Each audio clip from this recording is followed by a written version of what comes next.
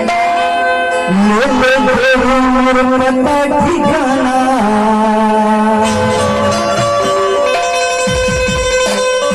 और घर बेड़ाई गाँव मोर बिजली थाना तहाँ जाने भुला देना भुलावे का नहीं अब नाम बताओ मन तो बात करके तहारा है नाम सबसे तो लगा हो सकती है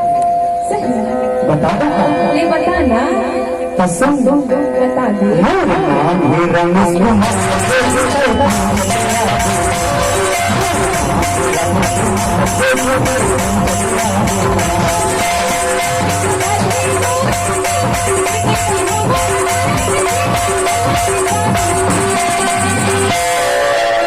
पता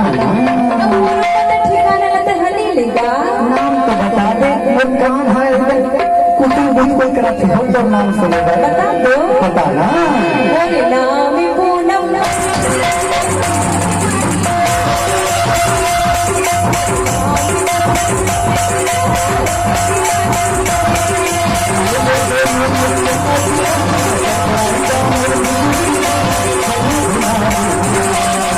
अरे नहीं भुलाओ ना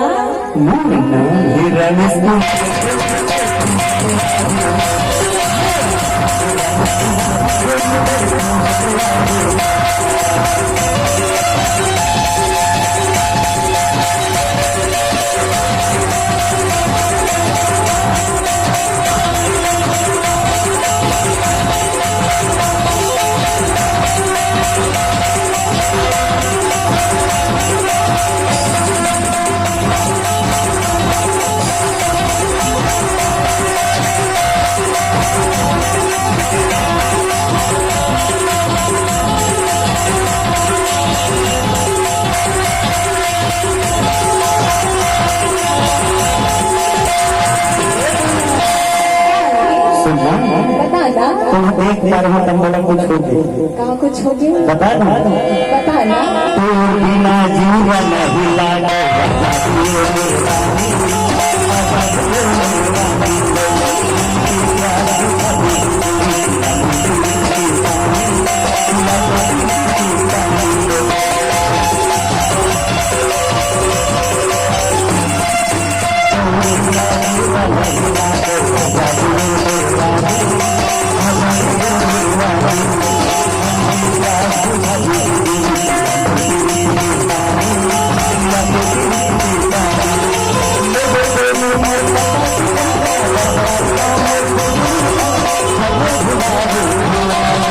अरे नहीं भुलाओ रे और सुनना नौ सात और साथी खड़े हो कौन बता दो बता दे तो नाम रेवा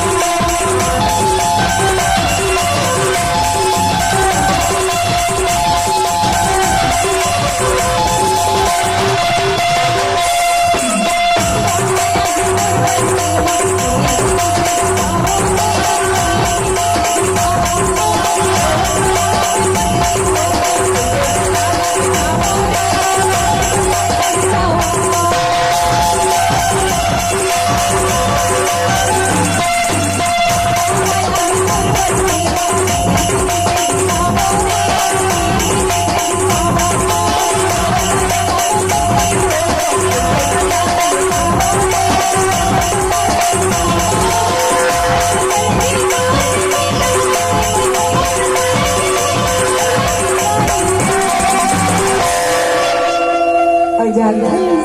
बताना मोहरा कैसे तो से बड़मया कर ठुगा बस सही नफड़ा भाई लड़के लोग हम जैसे स्मार्ट लड़का लग देख के ना माँ फसंती गला दे सही बात है ना भैया ऐसे इसलिए तो कोई था बात है